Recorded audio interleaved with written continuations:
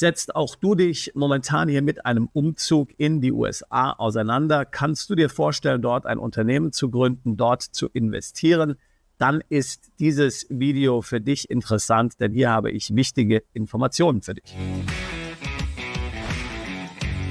Wir organisieren im September 2025, also in ungefähr 2 Monaten, eine Reise nach Texas. Ich bin ja 2008 in die USA ausgewandert, bin seit 2011 in Texas, in Austin, und ich werde im September hier eine Reise für Mandanten nach Austin organisieren, wo ich den Mandanten Austin zeige, wo wir uns mal Immobilien anschauen, wo wir uns die Gegend anschauen, wo wir auch ein intensives Seminar haben rund um das Thema Umzug in die USA, Visa-Optionen, Green-Card-Optionen, wie kann ich dort Konten eröffnen, wie kann ich dort Firmen gründen.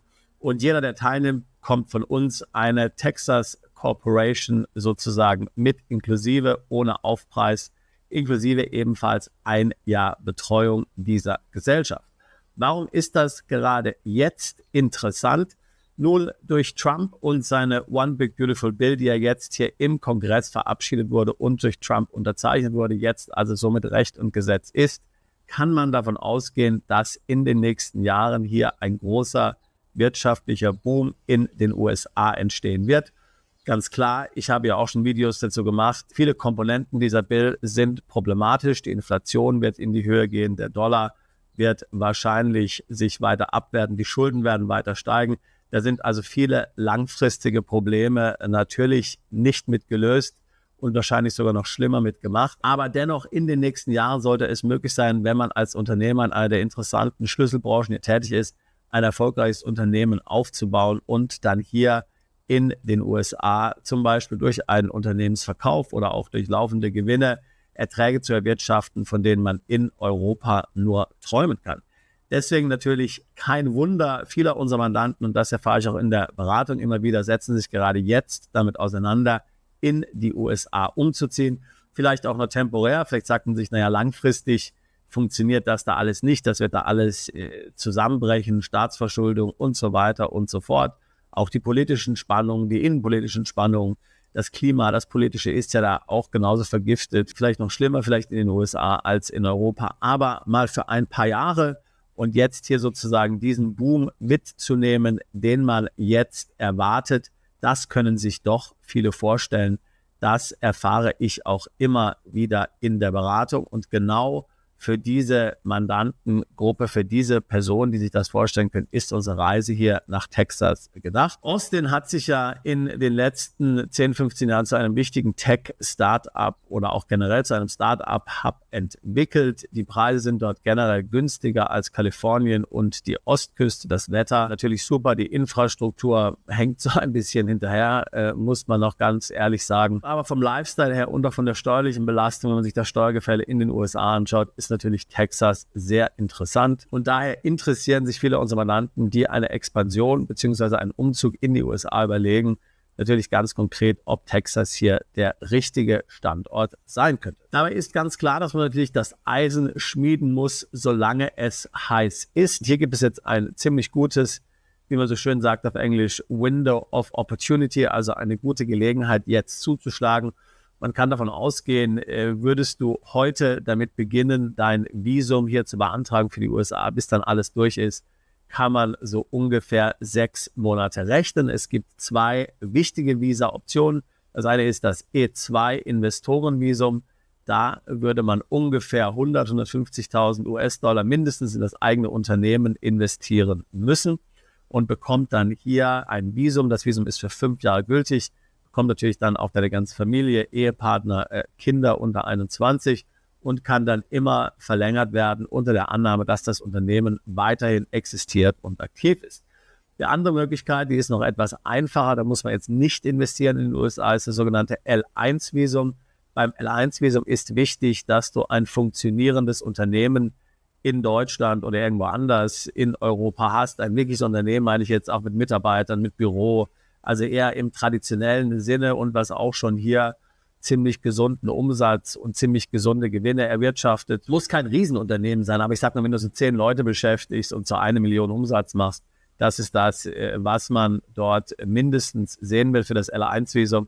dann würdest du letztlich für dieses ausländische Unternehmen eine Tochtergesellschaft in den USA eröffnen. Das heißt, dieses ausländische Unternehmen expandiert in die USA und auf dieser Grundlage erhältst du dann das L1-Visum. Das L1-Visum ist maximal 7 Jahre gültig. Wie gesagt, es ist keine Investition dafür notwendig. Und der Umstieg auf die Green Card ist zum L1-Visum gegebenenfalls etwas einfacher als mit dem E2-Visum. Das L1-Visum ist ein sogenanntes Dual-Intent-Visum. Das macht den Umstieg etwas einfacher. Und wie gesagt, beim L1-Visum ist keine Investition notwendig, wobei du auch beim L1-Visum natürlich zeigen musst, dass du dort in den USA ein Büro angemietet hast, langfristig. Also Kosten wirst du auch dort haben. Für die meisten Mandanten ist das E2-Visum die Variante, die sie wählen. Dieses E2-Visum wird dann in der amerikanischen Botschaft an deinem Wohnsitzland hier bearbeitet, also in Deutschland wäre es das Konsulat in Frankfurt, während das L1-Visum direkt in den USA hier bei der Behörde behandelt wird. Das L1-Visum ist in der Regel etwas schneller zu bekommen als das E2-Visum, wobei auch beim L1-Visum hier sehr viel Unterlagen, sehr viel Papier hier angeschleppt werden muss. Also zum Beispiel zur deutschen Firma die Jahresabschlüsse, Steuererklärung, Lohnsteuerabrechnungen, Mietvertrag, Umsatzsteuermeldungen und so weiter und so fort, Kontoauszüge und dann das Ganze übersetzt und so weiter und so fort. Also da will man einfach sehen, dass das ausländische Unternehmen tatsächlich natürlich hier aktiv ist und jetzt nicht irgendwie einfach nur eine Luftnummer. Ja. Deswegen muss man diese Nachweise hier bringen. In beiden Fällen muss man einen Businessplan einreichen. Dieser Businessplan muss ein bestimmtes Format haben. Wir kennen Dienstleister, die sind auf solche Visa-Businesspläne spezialisiert. Ich würde immer so einen Businessplan-Schreiber, so einen Businessplan-Dienstleister hier wählen, denn es ist für jemanden, der damit keine Erfahrung hat, relativ schwierig, das Format hier richtig hinzubekommen, selbst wenn man Erfahrung damit hat, Businesspläne zu schreiben. In beiden Fällen L1 und E2 muss man Mitarbeiter einstellen in den USA. Also was jetzt nicht funktioniert, ist zu sagen, ich möchte jetzt da alleine hingehen, ich möchte dort als Solo-Unternehmer ein Unternehmen aufbauen. Also du musst für beide hier tatsächlich ein Unternehmen, einen Betrieb aufbauen. Ich sage mal, du musst so 5 Mitarbeiter innerhalb von 5 Jahren einstellen. Wenn du das nicht tust, wird es möglicherweise Probleme bei der Verlängerung des Visums geben. Wie gesagt, diese ganzen Themen, welche Visa dann zur Verfügung stehen, das besprechen wir natürlich dann auch hier in unserem Seminarteil auf unserer Reise nach Austin, Texas. Wir haben ungefähr so 2 Tage Seminar eingeplant, wo wir genau über solche Dinge natürlich dann sprechen. Auch jetzt Dinge wie natürlich Green Card. Man kann auch die Green Card natürlich sofort beantragen, wenn man das möchte. Problem bei der Green Card ist immer, dass diese deutlich mehr Zeit in Anspruch nimmt bei der Beantragung. Ich hatte ja vorhin gesagt, E2-Visum, L1-Visum würde ich so ungefähr ein halbes Jahr rechnen, Start to Finish, bis man das Visum hat. Green Card reden wir dann schon eher 1 bis 2 Jahre. Ja, also das heißt, man würde im Grunde sagen, man beschafft sich zuerst ein Visum, geht damit dann in die USA und will die Green Card dann in den USA beantragen, weil dann ist man ja schon dort und dann kann das ja auch ruhig länger dauern, ist ja dann im Grunde genommen kein Problem. Aber natürlich, man kann auch, wenn man will, sofort die Green Card hier beantragen. Da gibt es mittlerweile ja auch sehr interessante Modelle, insbesondere die EB2, National Interest Waiver Green Card. Damit kann man tatsächlich ohne Arbeitgeber, ohne Sponsor in die USA umziehen, wenn man hier Qualifikationen hat, die in den USA gesucht werden. Und da muss man jetzt nicht irgendwie ein Top-Wissenschaftler sein, Nobelpreisträger oder sowas. Dafür gibt es dann andere Green Cards.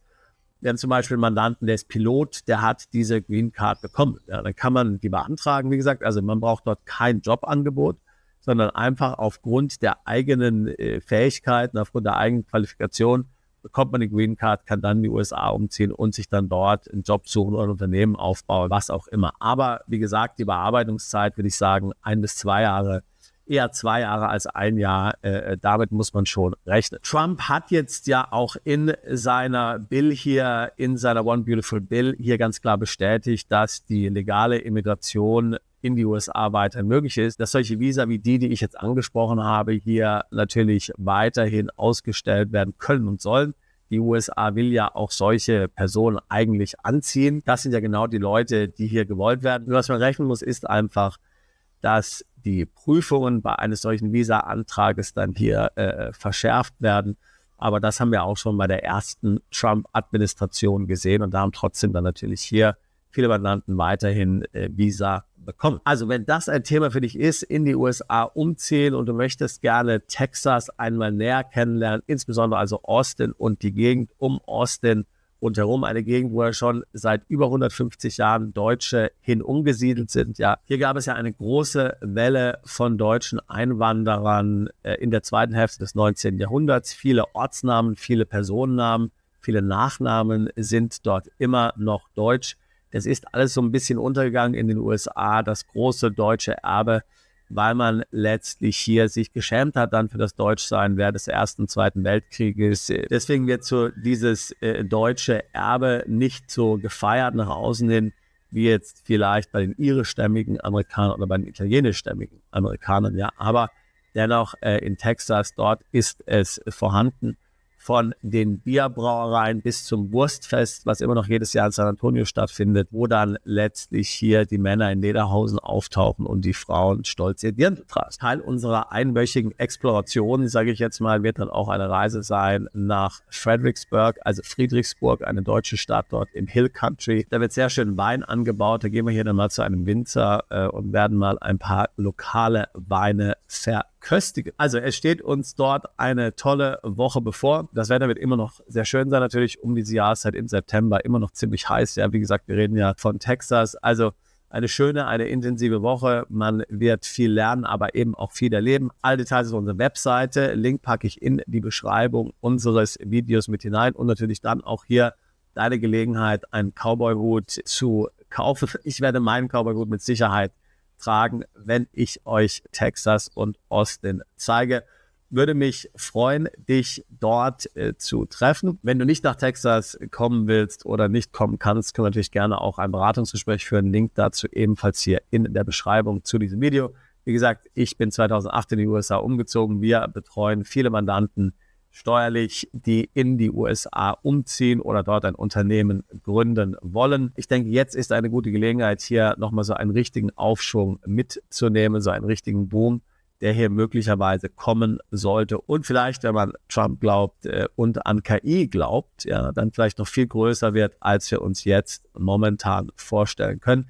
Denn eins ist klar, die Fabriken, die Trump hier in den USA sieht, die Vision, die er hat hier, dass die USA wieder ein Top-Industriestandort wird, das sind keine Fabriken, die von Menschen bedient werden. Das sind Fabriken, die 100% KI und Roboter gestützt sind. Und ich glaube, das ist das, worum es eigentlich geht. Wie gesagt, wenn man an diese Zukunftsvision glaubt, dann sieht man hier ein gigantisches Potenzial und dann ist jetzt vielleicht der richtige Zeitpunkt, an dieser Vision hier teilzunehmen.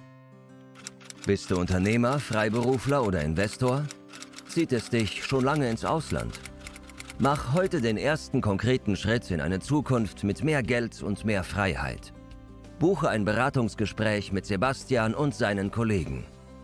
Unsere Kanzlei unterstützt Mandanten wie dich dabei, deine Steuerlast legal zu reduzieren, Vermögen aufzubauen und zu schützen und deine persönliche Freiheit zu maximieren. Profitiere jetzt von unserem Fachwissen und unserem Netzwerk. Gehe zu mandatierung.com und werde Mandant unserer Kanzlei.